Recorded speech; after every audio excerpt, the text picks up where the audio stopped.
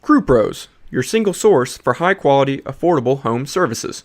If you are remodeling, repairing, or replacing, Crew Pros are the professionals that can do the job no matter the size. If you are thinking of remodeling your kitchen or bath, needing a new HVAC system, plumbing repairs, flooring, or a complete roof replacement, call Crew Pros. Crew Pros, proud sponsor of the Grizz 901 podcast. Memphis. Nothing but Memphis. Everywhere we go, it's Memphis. Memphis, Tennessee, the beautiful land in the world. And I'm thankful for this guy who tweeted and said, I don't have that fire in my eye no more. That game right there was for him. That's what I do. I prove people wrong each and every night, and that's for him right there. Hi, this is Tom Izzo at Michigan State, and you're listening to Grizz 901. What up, Grizz Nation, and welcome back to another episode of Grizz 901. We are presented by Zach Jaworski State Farm, where they treat you like family. Make sure you tune into them and make sure you keep tuning to us. We will have with us Allan Bell at some point today. He is getting by. He's obviously, it's a busy day for everyone. There's Monday Night Football happening tonight, so that's one of the biggest things that he's having to do. But he should be here by the show at some point today. But I'm your host, Daniel Greer, and I'm running solo today. But we have our other guy here. We're going to try to bring him in, see if this thing works seamlessly. All right. So can you hear me, Allan? Oh, I got you, brother. Can you hear me all right? I can hear you great. All right. So to introduce you real quick, he's a guy who will make you laugh. He's a guy who will help you cash. He's from CBS. He's from Sportsline. He is Allan Bell. What's up, man? Hey, what's up, buddy? I appreciate you having me, man. Yeah, for sure. So I had to get you on. So obviously, I've been following you all on Sportsline since COVID, pretty much. I think that's been the biggest thing. And so if you haven't followed them at all, Sportsline's the Early Edge. You can check them out on YouTube. Just put in Early Edge. Is the easiest thing to do. But obviously, you're a flannel guy. I love that you showed up in flannel. It's the biggest thing. But so give us a little background on you, because there's probably not a lot of people that know as much about you as probably I might. Yeah, for sure, man. So all right. So like you said, all right. So the Early Edge, CBS Sportsline. It's our daily show, sports betting, and what we do. So that's kind of where I'm at, like now, right? Like at the spot. Right. How I got there, man, is a fascinating story. So I used to be a backup mascot for the Tennessee Titans. Okay. Shut up. Yeah, for real. Like that's how I started. Like I was just on the field and doing like videos and stuff like that during games. And then the dude like got like super sick. And they NFL teams are like, they're like small family businesses, right? Like there's not really a lot of employees, right? So this dude came running up and he goes, hey man, he goes, I hate to ask you. He goes, you're the same size as him, dude. He's like, can you get in the suit? And I was like, oh yeah. Like he thought I'd be like nervous, and I was like, oh, this is right up my alley. So dude threw it on, man, and just did, silly stuff. And I worked there for 4 years. Okay. Then went over to 24/7 Sports. Started the NFL kind of coverage over there. CBS Sports bought 24/7 Sports. That's where we're at now, man. Yeah, I like it. That's an interesting story. So what did you do in the mascot? Like, did you just have to run around doing the routine stuff, whatever you're doing? Yeah. So, that dude, like he had like, there's all kinds of like, plans and skits and stuff, right? Well, I didn't know any of it, right? So the guy was cool, like, who managed like all of like the entertainment, during games. He was like, look, man, he was like, just go out there, just be an idiot. Like, you can't go wrong if you're just bringing energy, right? So, I like it. Yeah, man, like I just go mess with cheerleaders and stuff, like bother them during the game.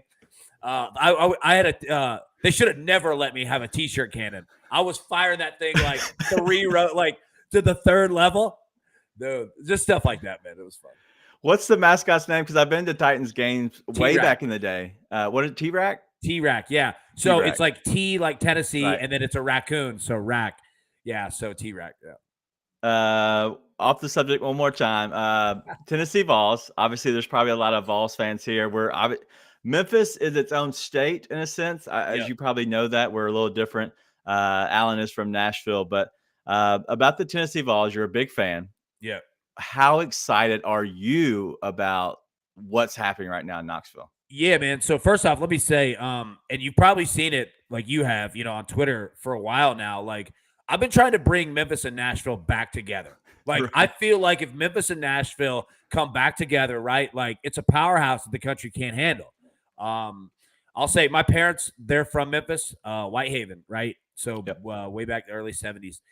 So I got a lot of love for Memphis, man. But yeah, as for Tennessee, I mean it's unbelievable because we've all seen like Tennessee athletics just been horrible for like 15 years. You know what I mean? Yeah. And like now you look like they were finally smart to get rid of everybody that had like something to do with the, with the university, right? They're like, we're just hiring all outside people.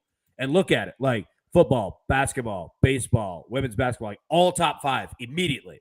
So, I mean, it's just been so quick that it's just, you can't even really like comprehend it, Yeah, no, I like it. And obviously there is a divide there.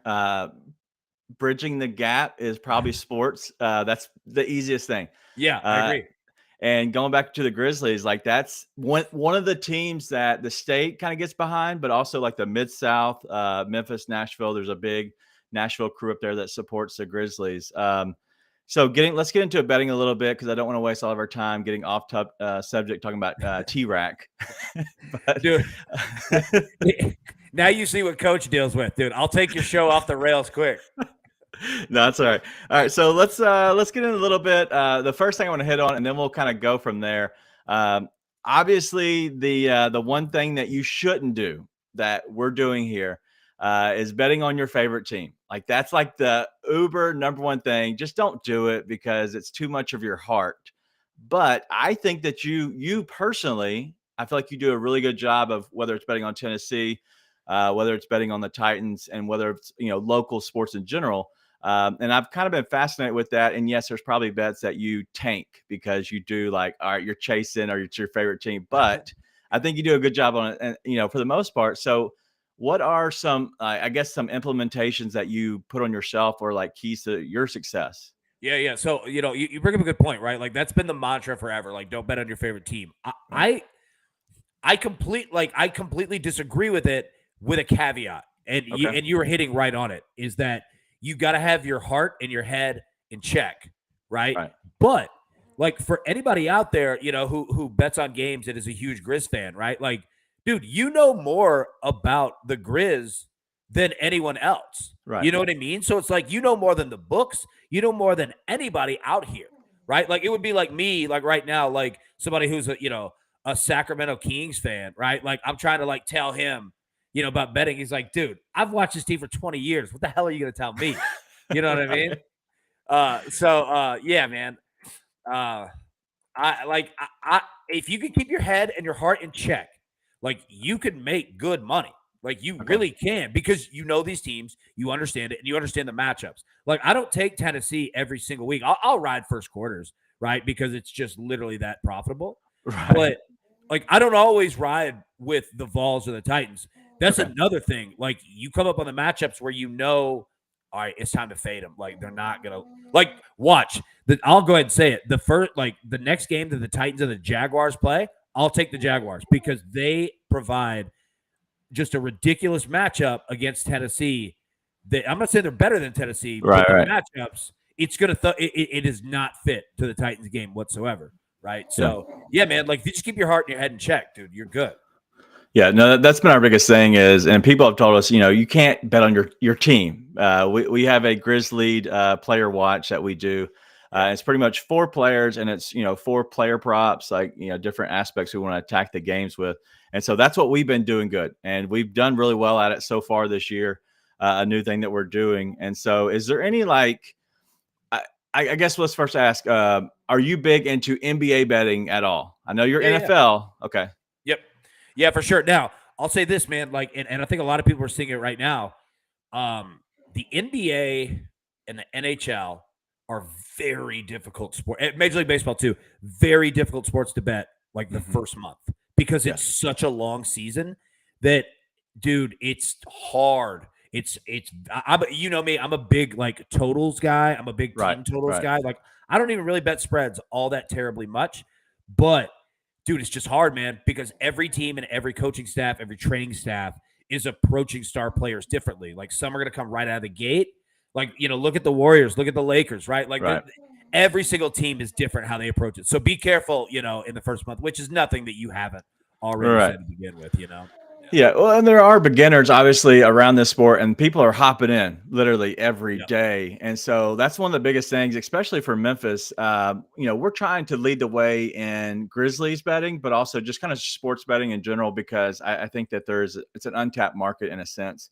I think there's people here that do a good job. So anything just betting 101 to the beginner that you want to tell somebody, because I've heard it, but Yeah, no, for sure. First off, all right, parlays, okay? Dude, be careful. Like, you're gonna burn your money. Like parlays are where these sports books are making so much money. Now, I'm not saying don't play parlays. You can do it intelligently. All right, Micah Roberts, who is part of our crew over here. He's a former bookmaker from the mob days, like in Vegas, like 70s, right? Like this dude is intelligent. And the first thing that he told me, he goes, if your parlay's more than 2 legs, he goes, dude, just throw it in the trash. And like I kind of live by that, right? So it's like, be careful. Like, again, not saying don't play them, just be careful. Like, you can make good money on 2-leg parlays over and over and over instead of trying to hit a 10-leg, which, I mean, what 10 things in life go right at the same time? Like, it's just hard, right? So that one. Number 2, matchups are everything, especially in the NBA, especially when you're betting, player props and you start to get into those markets. But I'll say this, like, talking about that, you'll know, and anybody else that's watched the Early Edge, like, I bet quarterbacks and kickers more than anything in the world. I do, right? And it's like, one, it's a market, like quarterbacks. I mean, everybody bets quarterbacks, but like, there are markets that you can take advantage of. Mm-hmm. 2, like, what you want to do if you're new to sports betting, or if you've been it for a long time, like, simplify the game, make it easy, because there's so many bets out there that can get your brain rattled, right? So what I do before, like, an NFL game, but this works for NBA too, like, just kind of whiteboard it, man. Like, start with, okay, what do I think is final score? And you don't have to get it right, but just kind of get in the range, right? Right. 115, 108, whatever, right? Then you start to say, okay, all right, got 115, 108.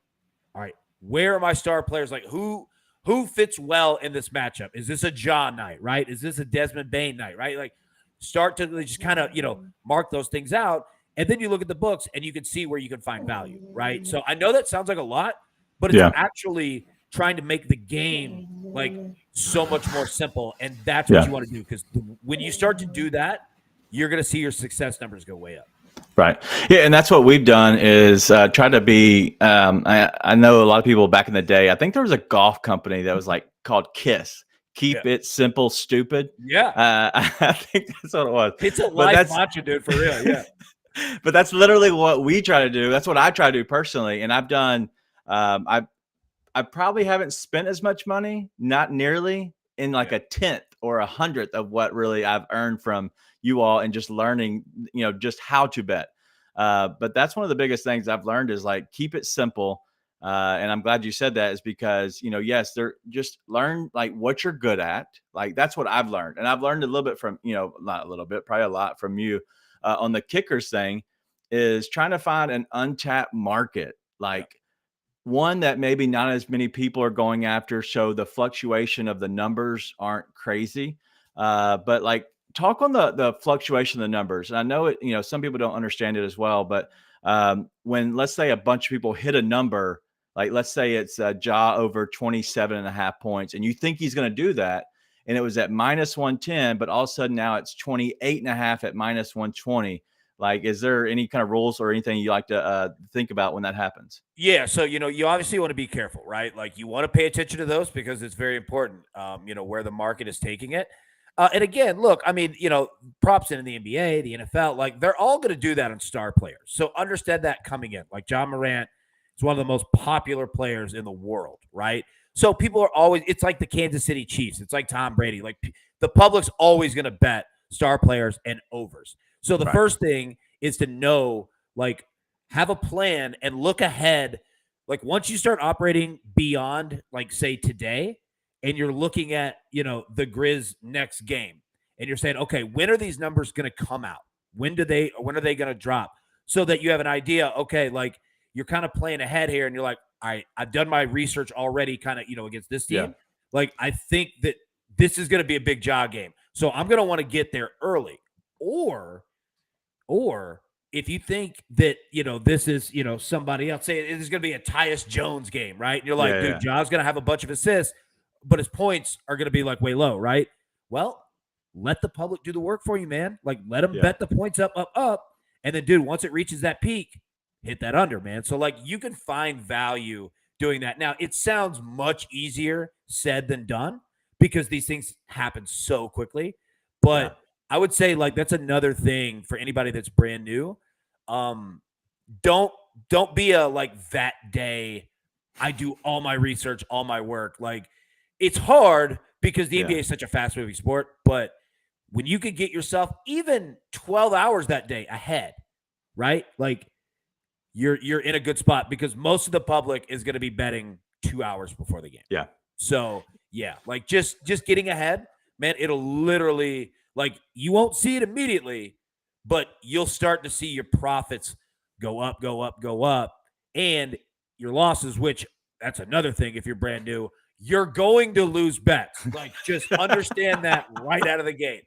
They're going to lose. You're going to lose some in ridiculous fashion, heartbreaking fashion. All of that is going to happen. So understand that will happen. But your losses will be less expensive, right? So now you're playing, like you said, a -110 as opposed to a 120, 130. Yeah, just being ahead of the game, man, like, it's worth its weight in gold.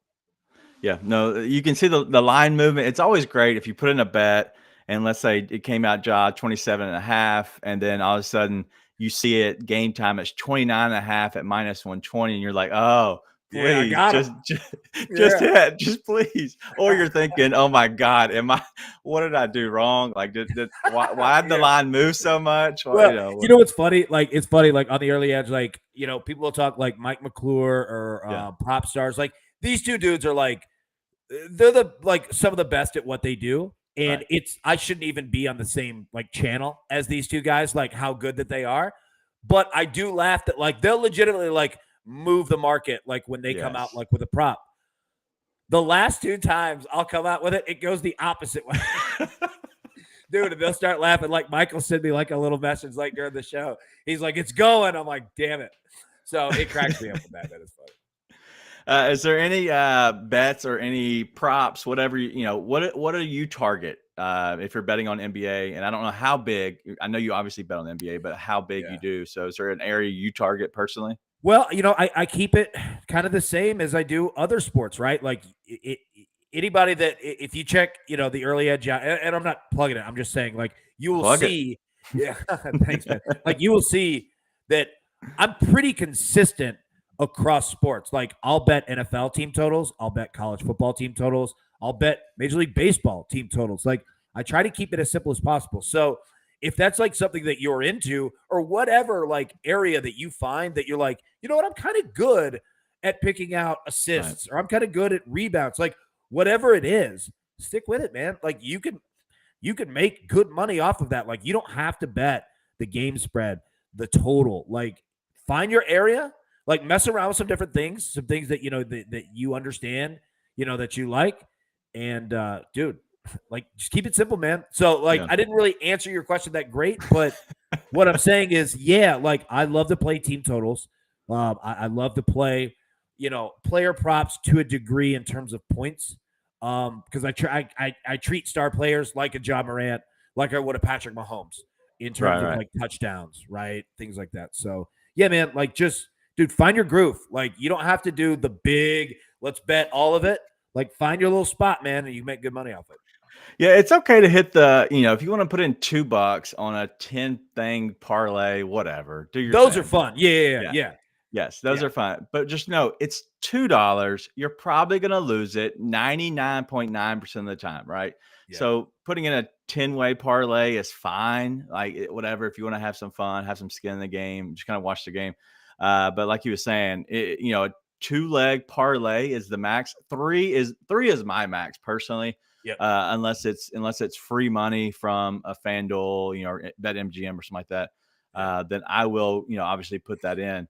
But straight bets are the way to go. Like when you get something that's one player, at Desmond Bain over 3.5 assists at -110, that's the direction you want to go, and that's what you want to check. Anything else on betting before I ask some Grizzlies related questions? Man, nothing for me, man. Like Okay. I think we kind of covered it again. Like you said, like you've been preaching, like keeping it simple, dude. Like that's the way to go. Yep. We're going to keep having our Grizzly Player Watch guys on here, so make sure that you kind of stay tuned to that. But few questions on the Grizzlies. Have you kept up with the Grizzlies at all, or do you have a favorite team outside the Grizzlies? No, man. Like well, let me answer it. Yes, have kept up with the Grizzlies. No, Okay. do not have a favorite team. And you hit on it earlier. There's a ton of Grizzlies fans like in Nashville, right? Like, and I think you're right. Like, sports is the way to kind of bridge that. But Yeah, man, like Grizzlies are a good team. Like, that's nothing, new. But I love how exciting and fun that this team can be. And yeah, man, like they're a blast to watch for sure. yeah, no, they're good. That's what I feel like they're honestly becoming the team that I want to say somebody brought up that if the Kansas City Chiefs come there, that you're going to go see them. And you might be a fan of, whoever. You might be a fan of the Rams. But when the Chiefs come, you're going to make sure you go because you want to see the Chiefs play. I think they are becoming that, and mainly it's because of Ja. In all honesty, have you been to a game here at the Forum yet? Yeah, it's awesome. Dude, it's awesome. Like, and I haven't been to a playoff game. Like, I definitely want to go to that because it's just so much more amped up. But I mean, dude, the Forum's amped up regardless, right? And I think that what you said, like, Ja has a lot to do with it. Also, like, like the grit and grind, like days, like all of that, like it hit on a national level, and people are like, dude, this team is fun. Yeah, and then obviously John Morant comes and it, explodes. Yeah. So what are you betting on today? Anything in general? Anything that you have? All right, for the Grizz? Just in general. In general, all right, yeah, we're definitely going with your boy, the Bengals kicker tonight, man, McPherson. We're going over 1.5 field goals, even though their coach is crazy, dude. He's nuts, but yeah, man, we're gonna go with that. Like, I'd love your thoughts, like Monday Night Football, real quick. Like, I know you got like a full show, Yeah. but like, what are you No, looking at? Yeah. Yes. So I have my kicker model, whatever, and I have it printed out, which if everybody wants to see. I love that, by the way. Like, dude, you sent that over, and I was looking through it last night, dude. It's awesome. Yeah. So I have two things I look at the most. Where's my camera? All right. So one of them is the defense's field goals allowed, and the other one is the team's field goals made. So whoever the kicker is, I usually look at the trends. And I'm looking at Cincinnati, right? They were at it was 6 games in a row at allowing 2 or more field goals until last week. They didn't. Yeah. So I feel like Cade York, who's actually coming off of a game of 2, 3, and 2 field goals each of those 2 games, I feel like they're going to get down there into the red zone. And Brissett had problems in the red zone. Yeah, is he good enough to score? And I think Cincinnati is a top 10 red zone defense. I like both kickers, weirdly enough, which is always it sets me up for disaster. 100%. Yeah, I'll lose both. No, but yes, like I know what you mean. I know, like I do the same thing. I think you're thinking correctly too, right? Like, I mean, the Browns have had serious red zone issues, right? You look at the Bengals, without Jamar Chase in there, like their offense is completely different, right? To where they might not hit those bombs, but they kind of have like that same feel as the Ravens, to where they're only playing like 65 yards of a field because they have a kicker who's almost automatic in McPherson and can bomb them. So. Yeah, man, I like that a lot for sure. Yeah, I love McPherson. He is a Florida Gator, and I love my Gators. I'm a '90s kid. I'm probably the person everybody hates, but I'm a Steve Spurrier '90s kid. I'm the Braves, dude, Cowboys. Spurrier was awesome, dude. Dude, I love Spurrier. Okay, so I married a Tennessee Vol alumni. Right. Yeah. And so our family is like, my kids are go Gators, go Vols. And now there's no go Gators this year. It was last year, not this year. So, I love it. Anything else you're on before we get you out of here? Yeah, dude, we're going Grizz team total over 115.5 tonight. Now, look, dude, Ooh. yeah, like, look, man, here's the hard part. Like, if you look at these two teams, like Memphis scoring, right? Like, I mean, Right. these dudes love to score. Utah, great defense, man. Like, they've been choking people out. I think it could be a weird matchup for Utah. Yeah, let me get over 115.5 at minus 105 too. Ooh, I like it. Is that dependent on Ja coming back? Yes, like Okay. yeah, like Yes. we're definitely gonna do it. But I mean, everything that the books are putting out, like that he's going. You know what I mean? So Yeah, and it's what it is. It's flu-like symptoms. What I feel it is. Him and Jake LaRavia are both. Now Desmond Bain is on the questionable, but Grizzlies questionable is usually means probable in a sense. For whatever reason, that's what they use, and so there's no probable for the Grizzlies. Zero. You will not see a probable for the Grizzlies ever. I think it's a way for them to get out of it, but Alan, I can't thank you enough, man. You're my favorite personally. Like I love back at you, bro. I love M Square. I love Prop Stars. I follow them probably as much as as you. But I love the energy. I love that honestly what you can bring. And you're from the 615. Well, we'll welcome you in to the 901. I appreciate that. Yeah, I appreciate that. But we gotta get you down here and get some beers for sure and kind of have a good time. Maybe go to the Grizzlies game. Dude, I am 100% in on that. We're definitely doing that. We'll catch you out though, man. I appreciate you. Thank you so much. All right, thank you, brother. All right, Appreciate see it, y'all. man. All right. Thanks to Alan. We're going to keep going with this. We're going to preview the game, maybe another 10 or so minutes, and then we'll get you out of here. But Alan was gracious enough to kind of spend some time with us and have some good gambling talk. A lot of people have been asking about really, the gambling aspect of everything. And ever since we started putting out our Grizzly player watches, I think we went 6-0. And so last week, which was awesome. Alan was the best, man. And so we want to keep it going. So let's get into the game tonight. As Alan said, over 115.5 for points. Yeah, why not? Let's keep it doing. But before we get into there, let's give you a little bit from our sponsor, Zach Jaworski, State Farm, where they treat you like family. If you don't have insurance or you do have insurance, go get a quote from them. They'll be more than happy to give you a quote. Let them know that the Grizz 901 crew sent you. You can follow them call them at 901-459-4227 at ZachInsuranceMemphis.com, Z-A-C-H, ZachInsuranceMemphis.com. Again, Zach Jaworski, State Farm, 901-459-4227. All right. Let's get into the game tonight. And we have some people asking about some player props. As you know, we're going to hold off a tiny bit on some player props because with the line movement and what's happening with the game, we got to make sure we take a step back and wait until the line moves. But one thing we want to look at, and coming from the last game, man, I just think that this could be another Desmond Bain game. He's shooting well, and so if he comes back and he's healthy and he plays, right? Because he's not going to be on the court if he's not healthy. So if we go back and look at this past game, where I don't expect to see a guy like Dillon Brooks go off again. So if Ja's back, if the Dillon Brooks number is at 19.5, 18.5, go under 100% of the time. But if you're looking at Dillon Brooks, he's hit 30 in 3 straight games. Ride with Dillon, man. Not Dillon, but Desmond. Ride with Desmond over 19.5. I would say if it's at minus 110, I'd say definitely go hit that. Also, if Ja is back, look at the assist for Bain again. So if you see that, the ball's in Desmond Bain's hands more, but he's obviously having to shoot more, having to do more. When Ja's on the team and Ja's playing, he can actually be a facilitator. So that's how the game switches a little bit. Steven Adams, his rebound number has been at 10.5 a lot. I don't love 10.5, especially with a small Jazz team. He played 3 minutes in the fourth quarter of the last game, which was weird to me. And so we want to make sure we kind of just stay away from the 10.5. I'm not saying fade, but 10.5 is weird. His assist number has been 3.5. I would go under 3.5 on Steven Adams' assist. And I know these are unders, but these are just looking at the lines and which way they go. If it's at 2.5, obviously go Steven Adams assist here. But looking at this game, you're going to have a Mike Conley come back 100%.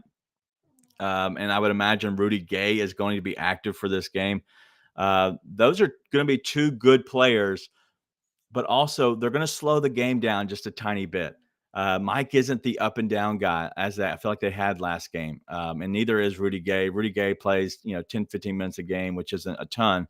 But I expect the Grizzlies, honestly, to win this. The line has now fallen down to 2. People in the ESPN analytics are saying that it's a 53% chance for the Jazz. Even at -2, they're saying that they're expecting the Jazz to win. There is no way. And I will stand on the mountain and scream from the mountaintops. If for some reason the Grizzlies play Ja, Desmond Bane, and even let's say Jake LaRavia, there is no way, 0.0 chance that they are going to lose to the Jazz tonight. We predicted they would split. I think it was, I don't even know who it was. Was it Nathan? No, it was Jesse. They would split in Utah. I think I predicted that they would win by 10 or more in Sacramento. They would lose the first game. We did not expect Ja to be out, and then win the second game before they finish up with the Trailblazers. I think that is, what night is the Trailblazers? It's in November. It's Wednesday. All right, so they have games, back to back. But something I will hit on real quick, and I think Nathan, I'm gonna show this up here, but Nathan is here. He's our weekday boo. He's here. But honestly, defensively is what I want to talk about the most today. The Grizzlies have been the absolute worst, if not the worst, in the league defensively this year. They were last year as well. Okay. They're without Zaire, who's a really, really, really good guy who is defensive minded. He's very long. I've watched him in person guard Brandon Ingram, and literally in a 3-point stance, he's down, hand up, and his hand literally reaches taller than Brandon Ingram, even in a stance. He's so long.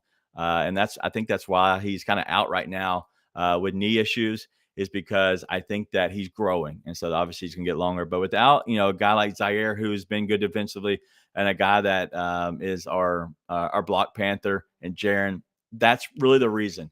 They're having to cover up a lot for Ja. And I understand that. Ja's been much better this year. But he's still a smaller guard. He's still struggling. And so we want to, look at that.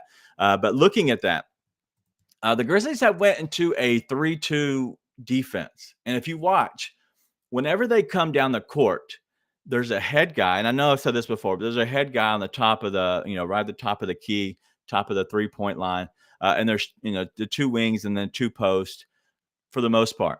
Wherever your guy goes, that's where you kind of start defensively. That's, whenever you're getting back, you guard that top, and then you kind of just rotate depending on where your guy lands. Because most of the time, that's the way these offenses run, is there's a top 2 wings and then a post or a runner, short corner. There's pretty much like the umbrella effect, and there's obviously somebody in the middle at times. But the Grizzlies have been running that mostly. And I think that's actually been really well. And that's kind of what's helped them in the past, is getting to that 3-2 matchup zone where they're able to play on their man who's in front of them, but you also have somebody that is on the help side defense. They're able to come over and completely help, and I think that's one of the biggest things that they're going to be able to do. And I think that's really going to help them going forward if they can figure out really how to be effective with that 3-2 zone defense. I think it's going to be good. So we'll see. But yeah, the shooters obviously are the biggest thing with Utah. I'm probably going to go over with Jordan Clarkson on points again. It's at 17.5. I think Jordan Clarkson plays well against the Grizzlies, especially lost in rotations, open 3, transition 3. I like Clarkson in that. But pay attention to this. The Jordan Clarkson is minus, I think it's minus 125, minus 120 for over 17.5 points. In every game this season, when he's gone over that number, he's actually hit 3 3-pointers. His line is at 2.5 3-pointers at plus 110. So you get plus money for pretty much the same thing. So if he's going to hit 3 3-pointers, he's more than likely going to go over his 17.5 points. So I like his 3-pointers better. That's probably going to be a Grizzly player watch thing to go on, because I think he is good at shooting twos and being in transition. But I think that how they correlate together, he has to have 3 threes to go over that 17.5 to really kind of find his groove. And so that's kind of the direction we're going. So some player watches that we're going to be on tonight. We're not going to go too crazy because it is still a weird game with injuries. Still the early part of the season with like Allan Bell was talking about. And so we want to make sure we're being very careful and not going too crazy and too all in. 4 plays is fine. We're going to make Allen's official play over 115.5. I'm going to make another official play. Here is Grizzlies -2. But if you want to take Grizzlies at +2, if you want to take them at +3, wait till the game starts. You're going to see both teams going to run for whatever reason. That's how basketball is. And you're going to see the line fluctuate enough, especially when it's just at -2, especially against a home dog, a team that's not favored at home. You're going to see the line flip-flop. And so if you like live betting, which I do, you got to make sure you have your stuff in there. Hit a Grizzlies +3.5, 7 minutes into the game. And you might actually catch that and you end up winning, easily. You're going down the stretch, 1-2 possession game. You feel confident because you know that the Grizzlies are going to cover that 3.5. And you can even catch them at a live money line at +140. So easy money there. So that's all we have. I don't have anything else. If the chat has anything, please share. But thank you for hanging out with us. Allan Bell of CBS and Sportsline, they do the Early Edge podcast. You can find it at YouTube, just like you do here. There's a big community. They go every day at 9 a.m. It's usually 10 or 15 minutes. It's so much fun. I'm in there mostly every day, just kind of hearing what they have, what plays they have. Tonight, we're on both kickers. I like York and McPherson, but Allan like McPherson. He's always on those. And then you're going to see him probably tonight at some point in the afternoon. He'll put up another play on one of their live shows. It'll probably be one of the quarterbacks to throw an interception. I think they went 27-10 in their plays yesterday. Just on a Sunday, 27-10. They have 3 shows, probably 6 or 7 guys that come on and give picks. But 37 total plays, 27-10. Not bad. They're doing pretty good. But tonight we're going to go and hit the total on the Grizzlies team total, not the total, the Grizzlies team total over 115.5.